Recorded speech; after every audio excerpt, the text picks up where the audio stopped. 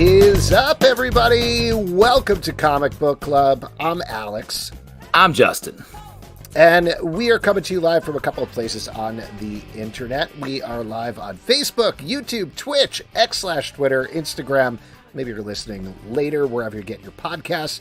It's all good. We've got a great show for you tonight, but we don't have Pete, unfortunately. He is on Pete's corporate retreat, is I believe what he called it, right? The Pete retreat is what it's called. Yes, where he rebonds with his backup Pete's, and this is not a joke. He's actually doing trivia with other people tonight, which is believe that? Right. Do you think they're going to find it as hard to parse as the people at our show? Yeah, I wonder if he's going to pay tribute to a dead celebrity and then, I don't know, get fired or something, I guess. Or perhaps a dead coworker. It makes more sense. Oh my God, that's terrifying. What a horrible thing. I can't believe he's in HR. Why don't we bring in our guests for the show? They've been waiting patiently here in the background. I'm very excited about this. This is a crime comics spectacular. We have 4 amazing creators for you who all work on different crime comics, all coming out through Comixology. They're all awesome in very different ways, so why don't we bring them in now? Ladies and gentlemen, Rob Hart, Gary Phillips, Dennis Hopeless, and Lee Loughridge. Hello, welcome, guys. Yay! Hello, how's it going? Hooray! Wow, it's a pile of dude heads. This is very exciting. Yes. So let me just do a little bit of intro about everybody's books. So Gary Phillips is the creator of Cold Hard Cash, a Martha Cheney escapade. Gary, correct me if I'm wrong, but this is the first graphic novel that spun out of your prose novels. Is that correct? That is correct, but I've also gone the other way where I've done some comic stuff, which became prose, but we'll get to that. Yeah. Oh, we're going to get there. Don't even worry. Dennis Hopeless, always good to see you. Always good to chat with you. Hey. You are the creator of She's Running on Fumes, which, again, correct me if I'm wrong here, but this is at least in part inspired by stuff from your real family that you're pulling on, though obviously goes in very different directions. Yes, it is a true-ish crime story about my real-life parents. Yeah. Wow. Lee Loughridge is the creator of Midstate, which, Lee, this is also based on your real life where you have visions where you see terrifying things that happen. Is that correct? Oh, I think you're on mute. Whatever you're saying. That's is the very vision funny. he had. Yeah. On mute. Hello, there you go. Oh, no. Nope. Oh, no. Well, it's all right. Lee, we'll come back to you in a second. No, we can't hear you yet. Ooh, but it's very crackly. So that's the good. I think it's Morse code. Yeah. He's saying, please answer in help Morse me? code if possible. That makes for good podcasting. Yeah. Lee, just speak up whatever you think maybe you can speak up. We're going to just very quickly move on to Rob Hart, who is the co-author of Blood Oath. And the full collected volume of that is out now.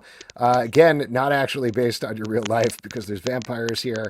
But whoa, I think you got that. That's an assumption. That is very much based. Yeah, I'm so sorry. Yes, you are currently in the Prohibition with a bunch of vampires, so that's very cool. I mean, yeah, you don't know what I get up to in my spare time. So as you might have gotten an inkling if you're listening or watching this, these are all extremely, extremely different books that are still somewhat in varying ways characterized as a crime book. So why don't we start there? What makes something a crime book other than there's a crime happening in it, or is that literally the only thing for anybody? Rob, you look like you might have an answer here. I mean, it's tough because technically, I mean, if Metallo goes and starts, messing up Metropolis, I mean, that's a crime. That's destruction of property. He's probably hurting a lot of people in the process. But I guess, a crime comic is just sort of moving more into that sort of like that noir space or that hard-boiled space. I think you're getting a lot less of the costumes and the superhero stuff, and it can or cannot be a little bit more graphic. Blood is kind of crime, but it's also kind of horror because there are vampires, but it's also got the mob and Prohibition, which is much more of like a traditional crime story. So I think it's like, as we get away from Superman and more toward Sam Spade is kind of the vibe, I guess. Yeah. No, go ahead. No, please. I was going to call. I was going to say real quick. It's also the question of a crime story, a crime fiction is also often taught from the point of view of the criminal. The classic, I suppose, is actually Darwin Cook, the late great Darwin Cook, adapted several of the Westlake Parker novels, right? And the Westlake Parker novels, or writing as Richard Stark, were a series of novels about a professional thief, an amoral thief in an amoral world. And so that's also the terrain of a crime novel and a crime comic. Dennis? Yeah, I come from superhero comics, and the major difference, I think, is, like Gary was saying, you're structuring it from the perspective of the criminal. Most of the times when we write superheroes, even if you can relate to the villain on some hand, you're coming at it from a black and white sort of a place. And, the criminal in my book is my mother. So obviously it's not about this evil monster mustache twirling.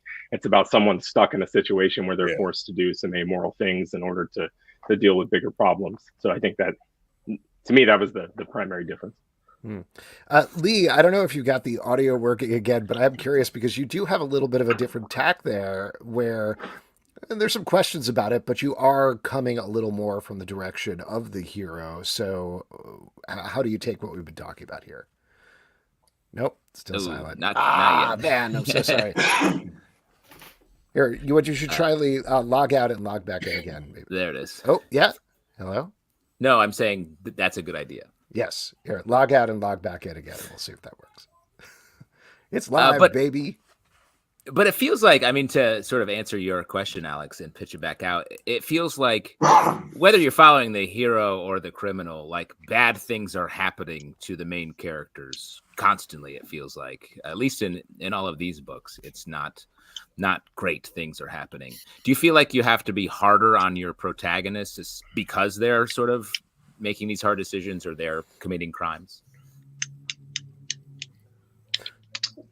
Well, I would say this. Only because I'm actually right now writing a heist novel, but also then it somewhat applies to your question, particularly I think to Martha Cheney in the Cold Hard Cash story, which is to say, the best thing is always to put your character up against it, to hem them up, to put them in a corner, and see what they do.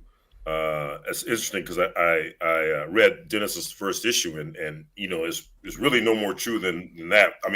To me, his mom is still to me a very sympathetic character because she is really it's just a dire situation and you have to ask yourself and you're forced to be that person to say, well, I can't really judge them because would I have the guts to do what they do if I were in that situation? So I think the more you can do that and walk that line, create a bit of empathy, but also create a bit of hardness to them and push them and make them do these hard things, these unrelenting things, I think all the better.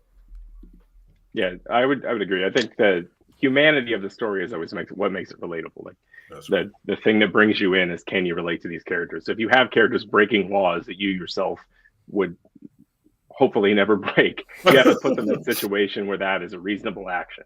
And in my case, it's based on real life events where like the worst thing my parents went through in real life. And so when I was structuring a crime story that's a little more truncated and interesting than what really happened around that, I had to keep upping the ante of the terrible things so I could justify the behavior, getting worse and worse and happening so quickly. Lee, we're going to do one more test. Can we hear you? Can you hear me now? Yes. Yeah. There we go. What a great voice. All right, just real quick, answer all the questions that we asked you in order. I hope you've been taking notes. You had said, mine is a little different because my character is a pathetic, he is a clairvoyant that has been disgraced in his hometown, and he's kind of on a vindication journey. And everything aligns where this crazy doctor moves in town, and he suspects through his visions that this guy's killing all these people that keep going missing through the train station and whatnot. So it's more from his perspective. Like, you root for Paul the whole time, but does he get validated? Sure. Does it work out in the end? Maybe not. A loser's a loser. Sometimes. Well, I think, Lee, just to stay with yours and actually tie it into Rob's a little bit, both of your books have supernatural elements to it. So at what point, we touched on this a little bit, but at what point have you added enough supernatural elements that it's a supernatural book, it's a vampire book, or it's a guy with psychic powers versus a pure crime book? What tips it over? Rob, do you have an answer for that one? It's an interesting balance because I've spent a lot of time sort of like swimming in multiple streams when it comes to genre. Like my last novel is a time travel murder mystery, and it's always kind of a struggle to be like, you want to find that balance between sort of satisfying both crowds without going too far to one side or the other.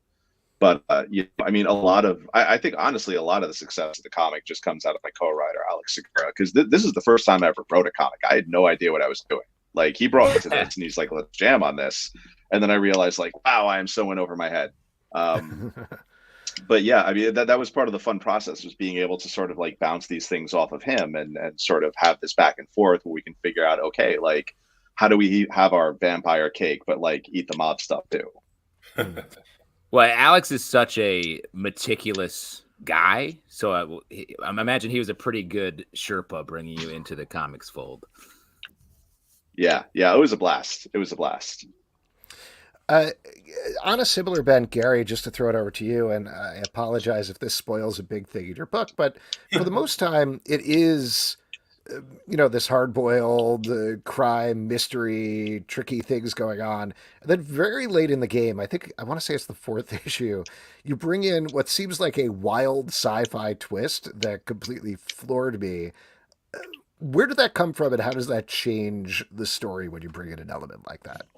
I think if, as you say, Alex, there's a slight turn to that, but really to Rob's point, I think really, of course, that's the beauty of comics.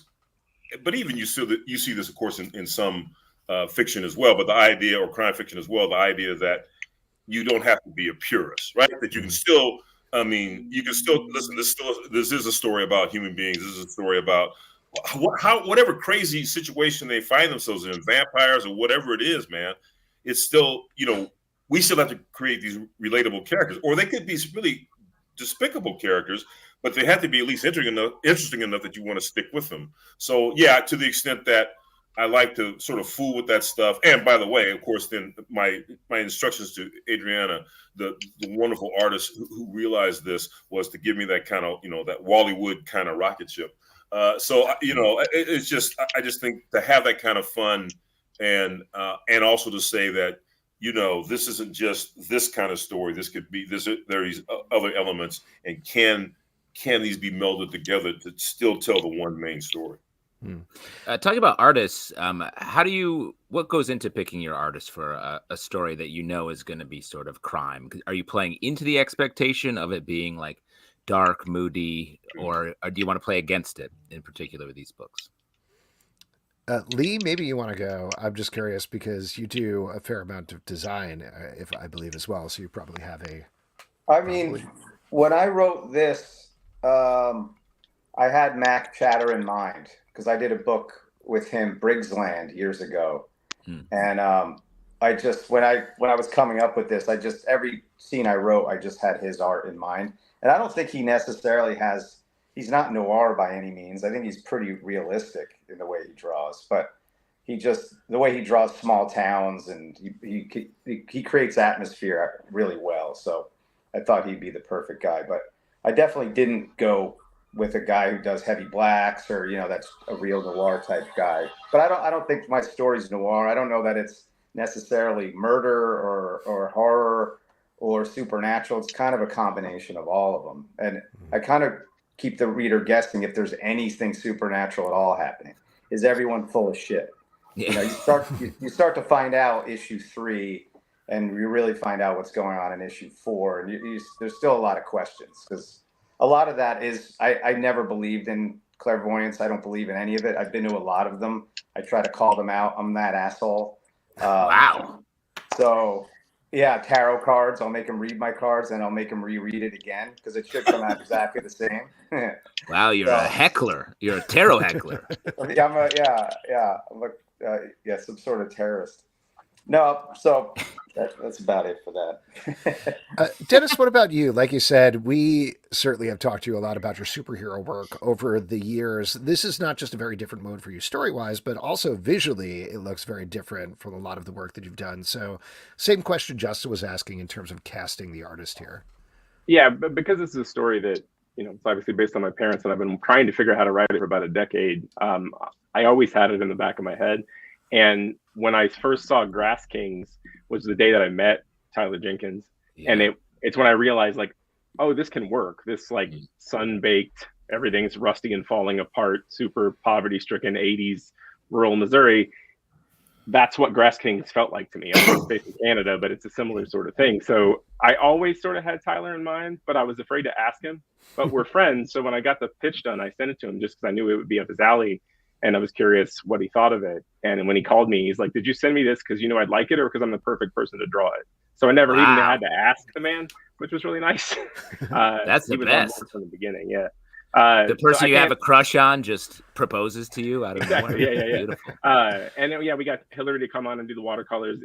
It looks exactly like I needed it to look without me having to do much work. So I have a hard time imagining it in any other way because it was in the pitch stage whenever that happened.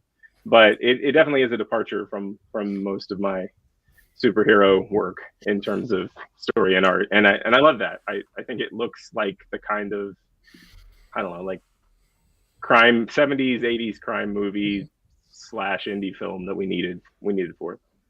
Now, so are you saying that seeing Tyler's work sort of got you to finish the pitch, like drove you, like gave you that ticking clock on it? Yeah, it made me realize what it could look like, how it could work. I'm not super prolific, so when Marvel was keeping me fed for years, my creator-owned work was always on some back burner, percolating. I came up with just a crime novel, and then I could do a genre story. But I could never see it until I saw it. Cool. I wanted to ask you guys about setting, because something that I was really struck by with all of these books is not that they all had very different settings, but they all had very specific settings. I know that's important anyway for writing, for creating a tale, for creating a story, but it almost feels uber important in terms of creating a crime novel, comic, etc., that you got to be like, I have a very specific place. These people exist at this place. Here's why this crime is important here. Rob, just over to you for no particular reason. Is that something that you think about when you're approaching a tale like this? For the most part, yeah. I mean, I think kind of, we never even really had a conversation about it. We were going to set this in New York because it's Prohibition. It's the sort of like the birth. So it's, where it's kind of like we thought maybe for a second we would do Chicago, but we were both like, I haven't spent enough time in Chicago. I don't understand that city. The thing I did get to do was, so I'm born and raised on Staten Island in New York. I live here. We have open at a stash house far, which was kind of cool. And I got to research that there used to be prohibition that it's on Staten Island because it wasn't more remote. There was space hard to get to. It just seemed like a fun place to put it out, and that was me. To set the mob story in New York. I have to, but I'm going to put like a bit of on it, get to dig a little bit into the place. Gary, what about you? How important is place and maybe time as well to you? Well, a lot of my novels, or at least a lot of my original novels, invariably, because I'm born and raised in LA and so used LA as a setting, but also then the idea was to always show that LA that's not the LA you see in countless film and TV shows. Although maybe it's that LA you might see, in The Shield, even though they created a kind of fictional setting, but still it was kind of this sort of parts of Silver Lake and Echo Park and Highland Park, which you normally wouldn't see on TV, or in Collateral, where Tom Cruise's hitman character forces Jamie Foxx's driver to take him to all these different parts of LA, Southeast LA, those kind of places, Pacoima, et cetera, that you normally don't see. So the idea that, I get to explore other parts of the Southland that don't normally get looked at is always kind of interesting to me. And it's always a learning experience for myself, right? Because even though I think I know the city and these greater environs, invariably, because things have changed, demographics have changed, the actual physical buildings have changed, I need to go back out there. I need to go hang around. I need to go find out what's happening. I mean, I was born and raised in South Central, but the South Central of my time, of my youth, is way different, much different now. So anyway, all that to say is that I try to keep abreast of all that's happening and sort of bring that to the page. And then even when the character is, particularly when the character is in someplace else, invariably my characters are out of place, so that kind of as they learn about a place, the reader learns about a place, or the viewer learns about a place. So I always kind of like that as well, which is to say, it makes me go immerse myself in some new area or someplace in South Dakota, where I ain't never been, or something like that. But I just find it interesting to try to then, give that feel, and then bring that to the page. Dennis, for you, I mean, I know we keep kind of hitting on the same thing, but the time and place is kind of set for you because it is about your mom. So then going back and trying to capture that, what kind of research did you do? Was it just going back through your memory, doing like a whole memento thing, or how did you tackle it? Well, fortunately, I had all of our old photo albums from the time period. We were stuck in southern Missouri for this period of time and with no money or anything to do. And my mom's a photographer, so she took a lot of pictures of, like us kids doing things, but it was like these desolate, sort of beautiful in their way, but also like clearly you're in the middle of the nowhere surrounded by poverty. So I was able to send Tyler a lot of like photo reference for that. The weirdest thing about the book is that like Tyler's version of my parents, he wasn't drawing like on model. So it was like realizing, okay, these are the character versions of them. This is what they're going to look like. And that was helpful when it came to writing intense scenes, because I really didn't think about how difficult it was going to be to write the worst experiences in my parents' lives, emotionally. So that was nice to have that little bit of disconnect. But I had plenty of, my mom had photo album after photo album after photo album. All of the glue is now ruined because I pulled the photos up and they're 40 years old. But we had a lot of pictures. Lee, what about you? I just want to wrap this up, and then I'll kick it over to you, Justin. I know you did the design for Six Fingers in One Hand, and I assume other things. So I have to imagine you have a very intricate design mind. Do you lay out the geography of the place for something like Midstate, or how do you approach it? It had to be a small town, so I placed it in West Virginia. It needed to be one of those towns that, like, if the train station ceased to exist, so would the town. And a story like this could only exist in a small town like that. So, and I grew up in a small lake town, so I know how catty people can be, and how insular a small town can be. Like, I picture this town might have 3,000 people, 4,000 people. So, when you're ostracized in a town like that, you're fucked. Like there's no saving your reputation. It's so true. I have the smallest example of that. I was visiting home, the small town I grew up in, also a lake town. I dropped a watermelon at the checkout in the grocery store. Right. And that's what everyone talked about anytime I bumped into someone. They're like, "Oh, shame about that watermelon." I was like, guy. "What the fuck?" Yeah. No, it had everything to do with it. Now let's go around and just name some crimes we've all committed to really get ourselves into that space. Yeah. Can I just say that I asked my kids beforehand, because always before the show, I'm like, "Do you have any questions for these guests?" And I was like, "Well, I have all comics people," and that was the question they came up with. Yeah, exactly. You got to get familiar with the area.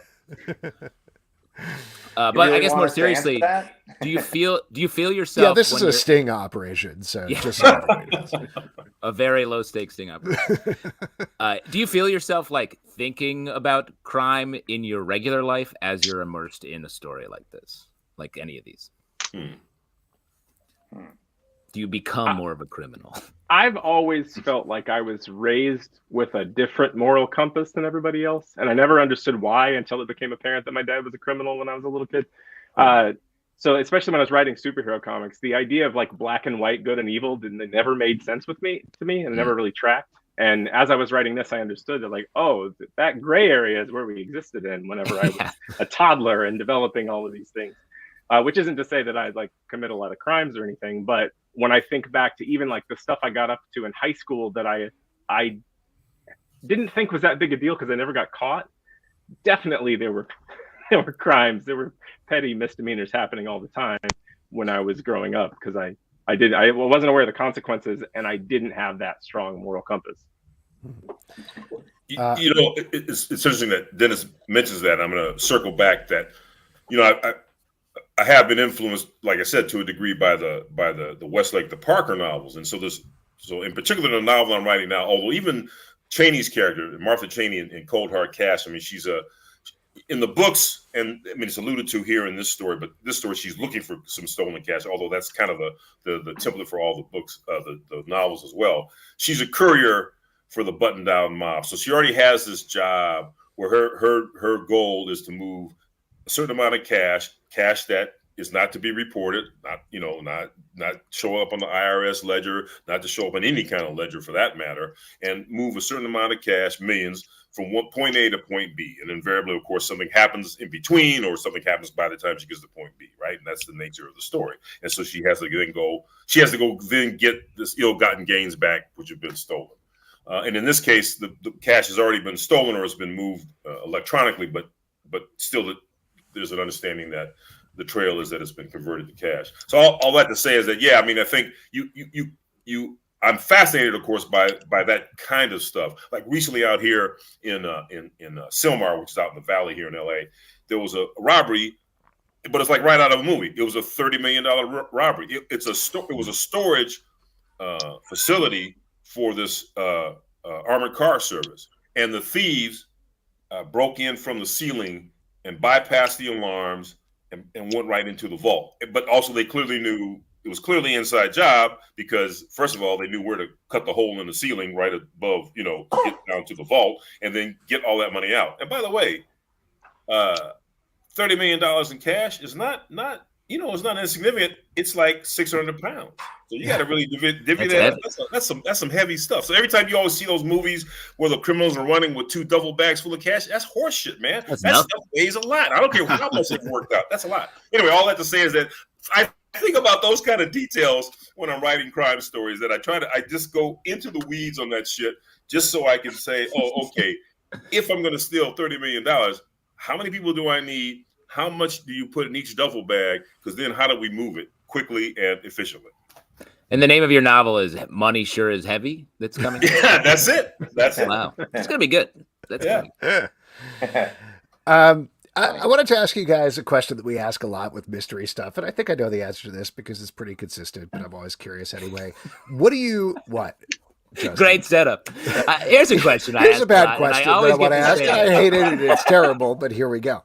I don't know. I feel bad about asking it, but like, do you start with the end when you're crafting a mystery? Because I know a lot of people do, but sometimes we hear a different answer in terms of like, no, I'm kind of winging it, or I have a fair idea, or anything like that. So, not that these books are strictly mystery books, they're more crime books, but when you're tackling that sort of thing, what do you start with? Rob, curious to hear from you. I don't know.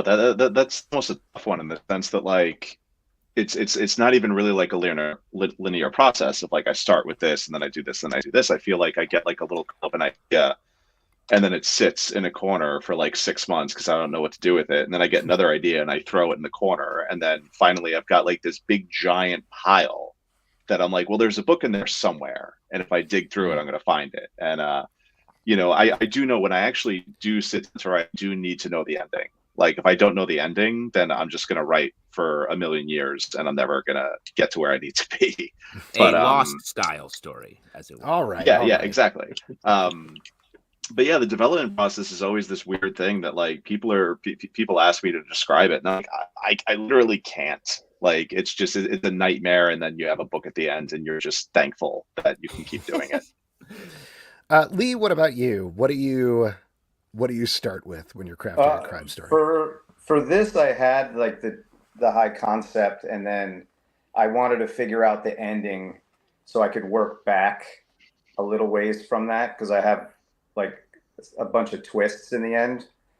Like my whole thing is deceiving the reader in this. Like at first I want to confuse the reader, then I want you to think you have it, like you figured me out, and then I turn it on its head, and then I do it one more time at the end. So it's frustrating. So I had to work back on this one. It was enjoyable to get to that place. Yeah, are you saying you prefer that?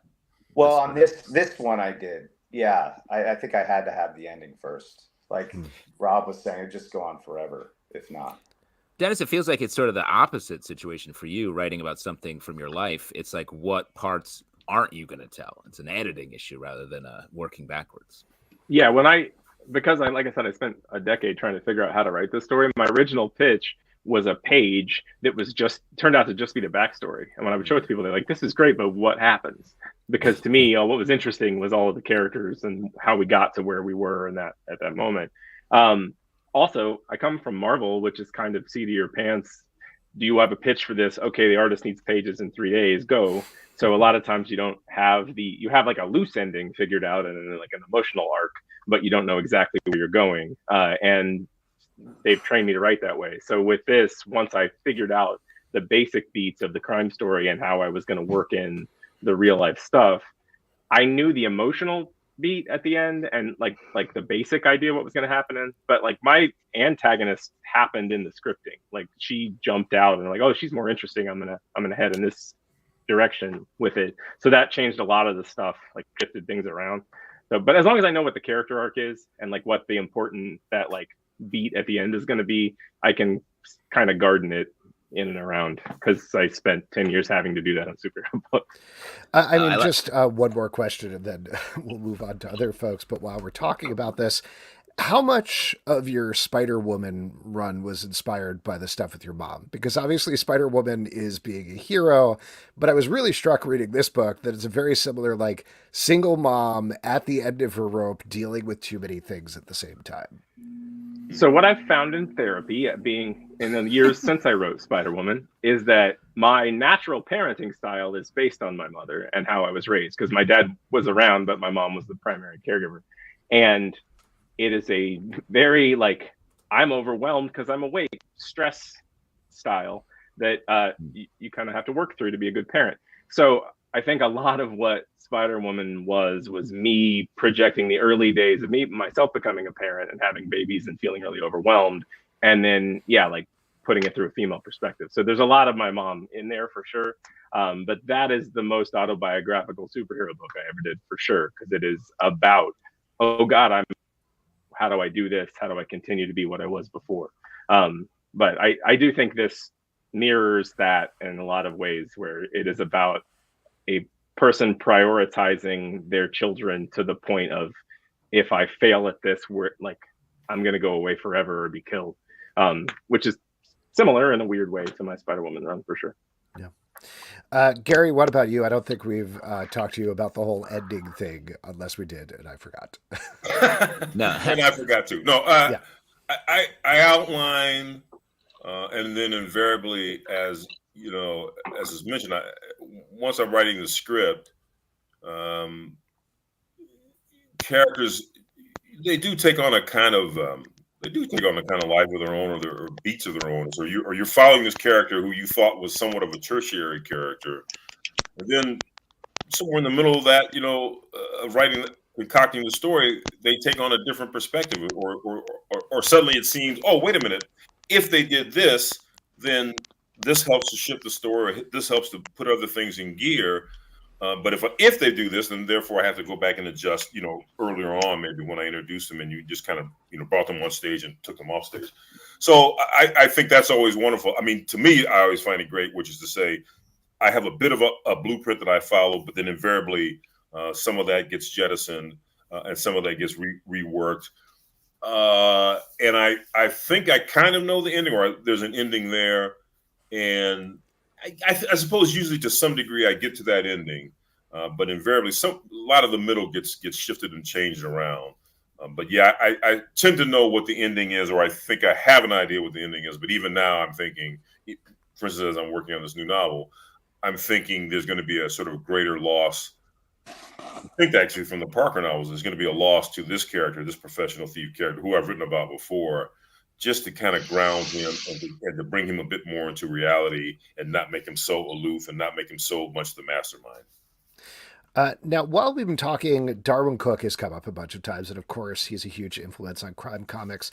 But I wanted to ask you guys about Brubaker and Phillips in particular, because they are a pair that I do think that looms over modern crime comics.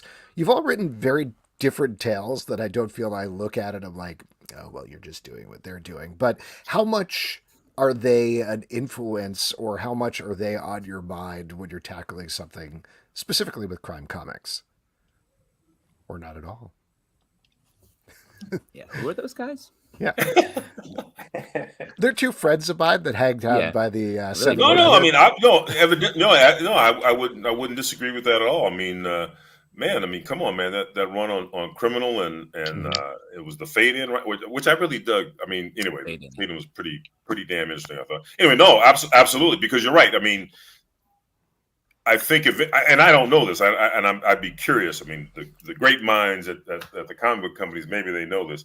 I'm always very curious to see if those kind of comics, who are the who are the superhero fans that maybe will take a chance on that kind of material, but even more so, I mean, from Rob and I's world, are there crime mystery prose readers who will now crossover, who will now read the Collected Criminal, read the Collected Fade In, and because it's a crime comic, or it's crime comic and also something more, will they will they come to the material? And I don't know if that's happening. I have no idea, but I'm curious in that way too, to see is that audience being broadened in terms of the prose audience coming more to at least crime comics. Has anybody had that experience? Rob, I know you write a bit. Are you seeing any crossover there between the comics crime audience and the prose crimes audience? I'm seeing a little bit of that in the sense that I know people who have picked up my novels have gone and picked up Blood Oath. So, but that's like such a small sample, because it's like it's someone I follow on Twitter. So like, it's, and it's funny though. It is like thinking in terms of crossover. I mean, look, I'll be honest. And that was the part where I start to feel a little bit like fraud. Is I tend to do my crime reading in prose and my superhero reading in comics. Like I tend to gravitate more toward the superhero stuff in comics, but that's also kind of what I grew up reading. Mm-hmm. I did just pick up Criminal because my buddy Jordan Harper is with Brubaker. He's the co-showrunner on that, so I want to read that. And I just picked up the big Sex Criminals compendium, which I'm really excited to read. But hard-boiled, super hard-boiled Sex Criminals. So like I'm kind of in a place where I'm trying to actively expand my horizons a little bit, but I also think there's a way in which a lot of readers kind of like stick with the lanes that they're comfortable with. It's kind of hard just to get someone to read something a little bit different, like a fan will, but an average reader, maybe it's not always the case. It's really funny, the idea that like, yeah, I read crime comics. The two books I picked up are Criminal and Sex Criminals. They seem pretty similar. Yep. I'm easing my way in. I went for the really obvious ones. Yeah. Sex Criminals starts with crimes, but it goes from there. You'll see. Yeah. This has absolutely nothing to do with what we're discussing, but our third co-host, Pete, is not here, so I feel obligated to ask about this. Lee, behind you, there are two very cool Batman drawings. What's going on there? What could you tell us about those? What's it? I think that Tim Sale, John Delaney. I have more. You go up the wall. Yeah. Oh yeah. Wow. Yeah, years ago, I just went, I think it was in San Diego. I was just asking guys that I knew to draw me heads because I had this big wall in this house I was in and I wanted 8 heads. Oh, that's awesome. All Batman. All Batman, yeah. So they're old. They're from 98. Ooh. Awesome. Yeah, got them a while. Thank you, Lee. I appreciate it. Just to get back to the comics for a second. So one other aspect of this is you're all putting out these books through Comixology. I think at this point, it's all kind of the same thing is the impression that I get, but is there any difference for you in terms of creating a comic for a digital platform like Comixology versus creating something for print, even though I know down the road these maybe probably will end up in print? You're supposed to not do splash pages or double page splashes. We did not follow that. But there's some technical things you're supposed to do that are different. But yeah, the process, other than we got a budget and I could pay the collaborators just like real rates to do it, that was a positive. But yeah, it was similar otherwise. Yeah, I think the only thing to go with Dennis, we just didn't do double page spreads. You know, you're supposed to panel a certain way, but I was like, they'll figure it out. You know, I'm not gonna, because like knowing these will come out in print, I don't want to, you know, make it look shitty in print just so it'll work on the viewer. That was right. That's my romantic version. Well, awesome. Before we start to wrap up here, I would love to just get plugs from you guys. I know we've sort of tangentially talked about the books here, but why don't we go around one by one? Rob, as I mentioned earlier, the full collected volume of Blood Oath is out now. What do you want to plug about that? Anything else people should check out from you?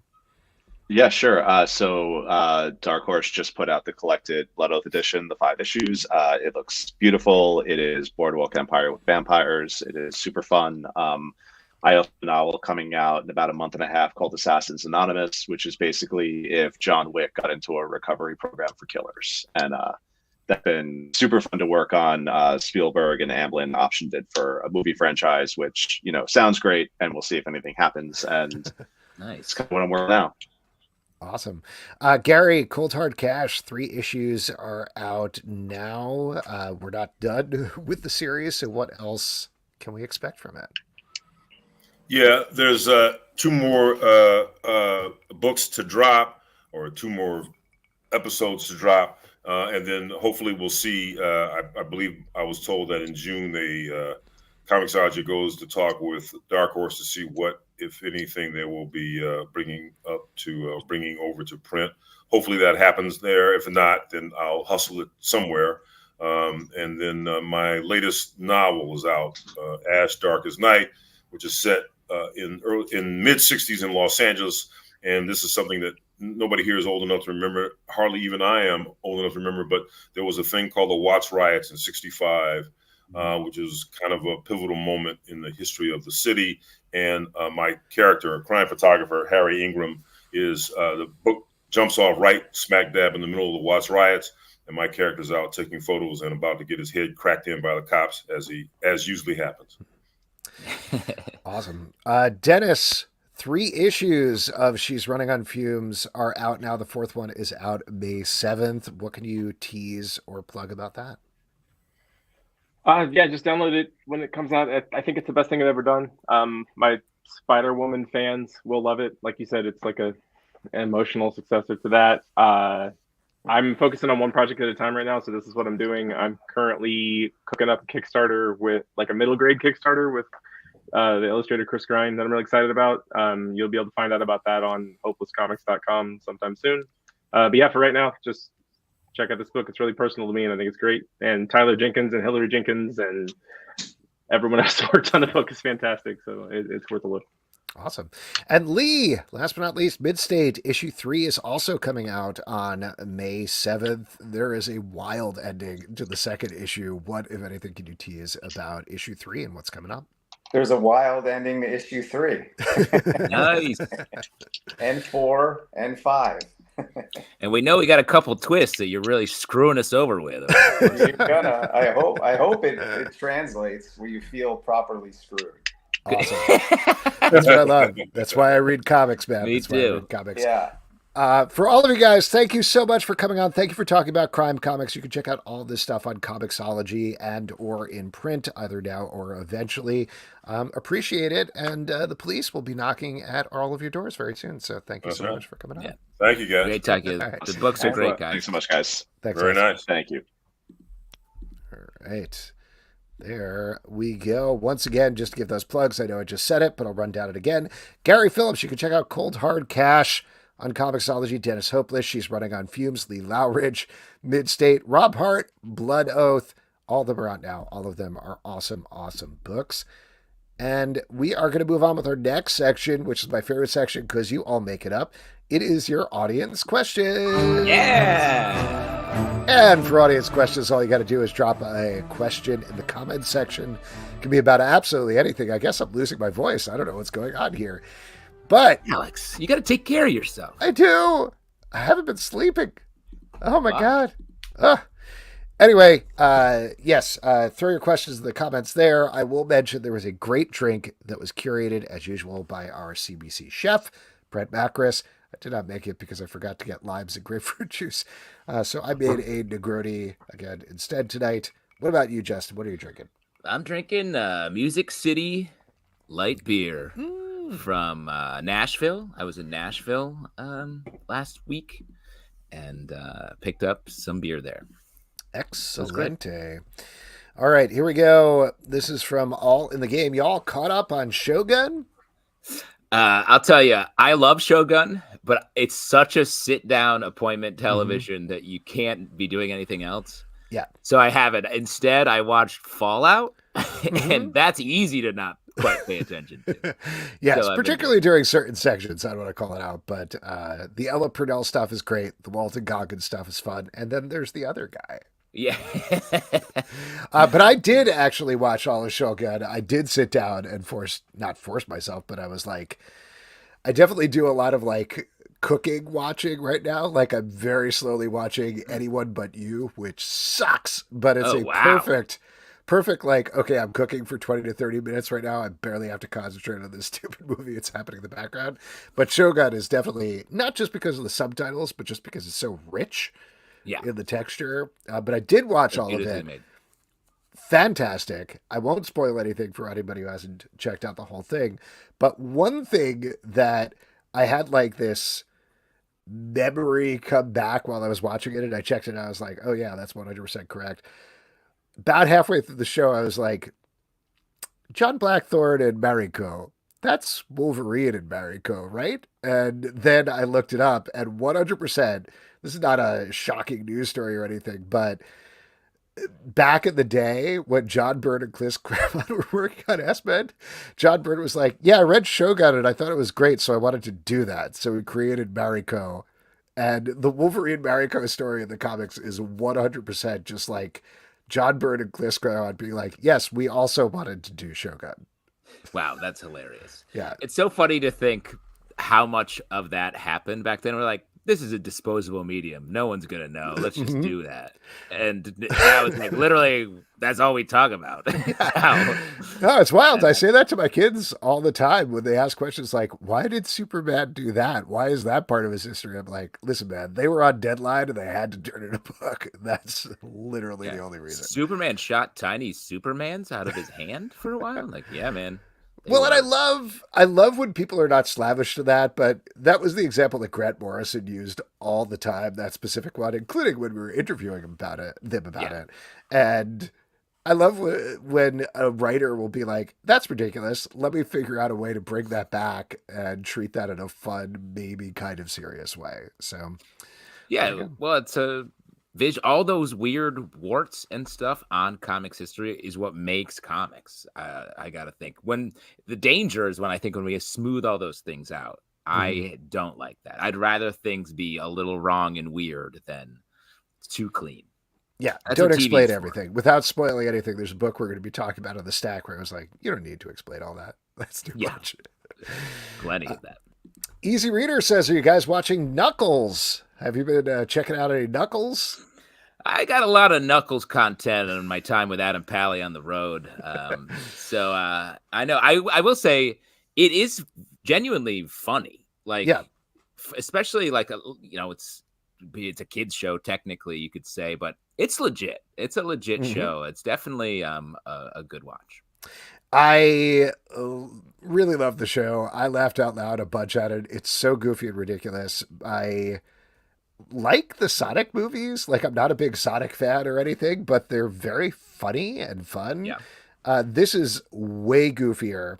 I will say, for my day job, I interviewed the executive producer, and he said that all came from them having Adam Pally as one of the stars of the show. Like, it partially came from Idris Elba and his deadpan delivery as Knuckles, but it's very much, they're like, we have Adam Pally, he's a comedy star, let's make this a goofy comedy. And it's great. It's super ridiculous. There is the third episode, mild spoiler here, but it's just Knuckles coming over to Adam Pally's house for Shabbat dinner, and I could not believe I was watching that in the middle of a Knuckles kid TV show. It's wild. It's great. Schweikler says, discuss all superheroes should be villains. Interesting. What do you think about that? Well, it's hard to parse the exact intent of the question. Are you saying in reality, like anyone with that kind of power would just impose their will on the rest of the world? That's potentially true. I think that's what makes superhero stories fun. That's what makes them more of that escape into these people that have morals and want to do good with their powers. Or is the question more about, like, wouldn't it be cool if everybody was a villain? Like the theme of our episode, the crime. Let's do crimes. Yeah. It definitely makes me think of some discussions we've been having in the Patreon Slack about X-Men stuff, which is really bringing back a lot of memories of a lot of these characters just move back and forth, particularly in the X-Men world, between being like, I was a villain, now I'm a hero, now I'm a villain again, now I'm a hero, now I'm a villain. And like, for anybody who isn't checking out X-Men right now, Xavier is in this place in the current X-Men books where he's just like, nah, I don't know, kill all humans, it's okay. And he clearly has some big plan that they haven't unfolded yet, but everybody is like, nope, he's gone too far. We have to kill Charles Xavier. That's what we need to do right now. This is the worst.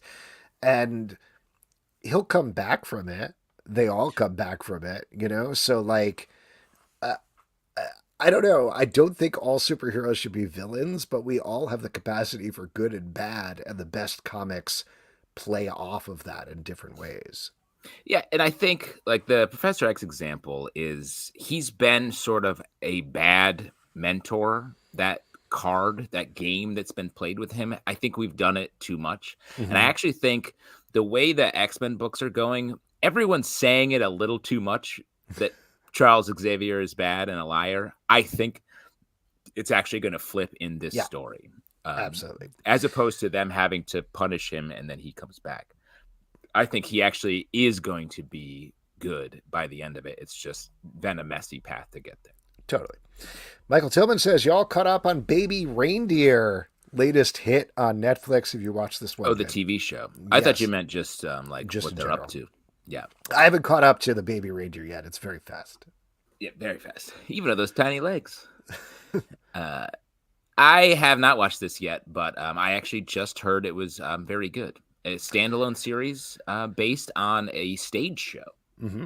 It is harrowing. Just get ready for that. It is a really rough watch. There's some funny parts, but it's very tough at the same time. I do think it goes on like an episode and a half too long or something like that. But it definitely has the rhythms of a one-person stage show, which I don't mind at all. But definitely worth a watch. Probably the biggest, not maybe the biggest, like audience-wise, but the biggest breakout hit that Netflix has had in a while. So worth checking out for adults only. Let's see. What else? Schweikler says, should my next episode a day watch be F, G, or L? I don't know what this means. I don't know what this means either. Another Schweikler head scratcher there. Well, anyway, that was a weird place to end on. Why don't we end with that? And not move on to trivia because Pete isn't here and he's cheating on us with his coworkers. Instead, why don't we talk about what's coming out this week? Justin, what are you looking forward to that is in comic book stores? Well, there is, as we always say, a lot of stuff coming out.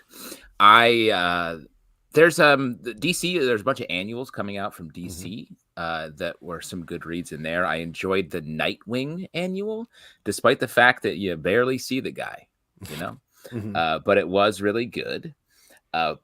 Blood Hunt #1 is coming out. My guy Jed McKay, big event. I guess the biggest event that he's worked on so far. Feeling pretty good about it. I like the idea. The preview pages look pretty cool. Getting into some sun death. Sun death. So that's fun. Everybody loves a good sun death for sure. I on the annual bent, really looking forward to Harley Quinn 2024 annual #1. That's by Erica Henderson. It's Erica Henderson doing Harley Quinn and Zatanna on a cruise ship. That's out now, but fun stuff. Also, new issue of Minor Threats, The Fastest Way Down. Always very excited about that. And what else? Oh, Toxic Summer #1 from Odie Press by Derek Charm. That was one I know we're not supposed to judge books by the cover, but I saw that. It's Derek Charm art. It's two dudes dancing in front of like a green toxic background. I was like, yeah, man, that sounds good. That looks like some fun. Yes. Looks like a good time. And folks, hope you had a good time on this week's show. A couple of people we want to thank. We want to thank Gary Phillips. Check out Cold Hard Cash. Dennis Hopeless. She's running on Fumes. Lee Loughridge. Check out Midstate and Rob Hart. Check out Blood Oath. All those books are out with various numbers of issues and volumes on Comixology now.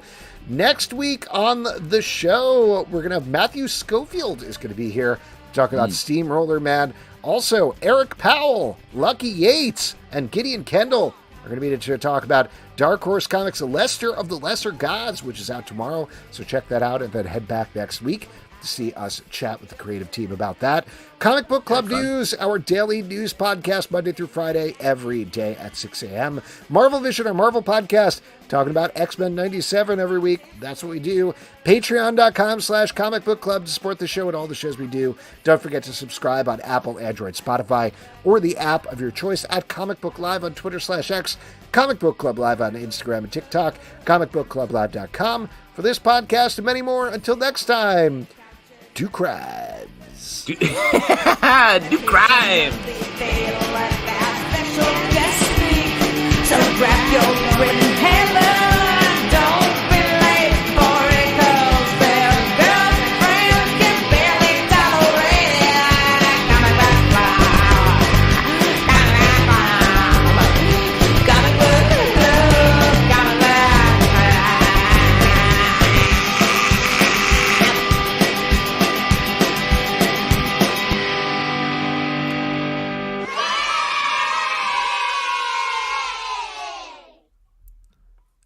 Thanks, everybody. Have a great night.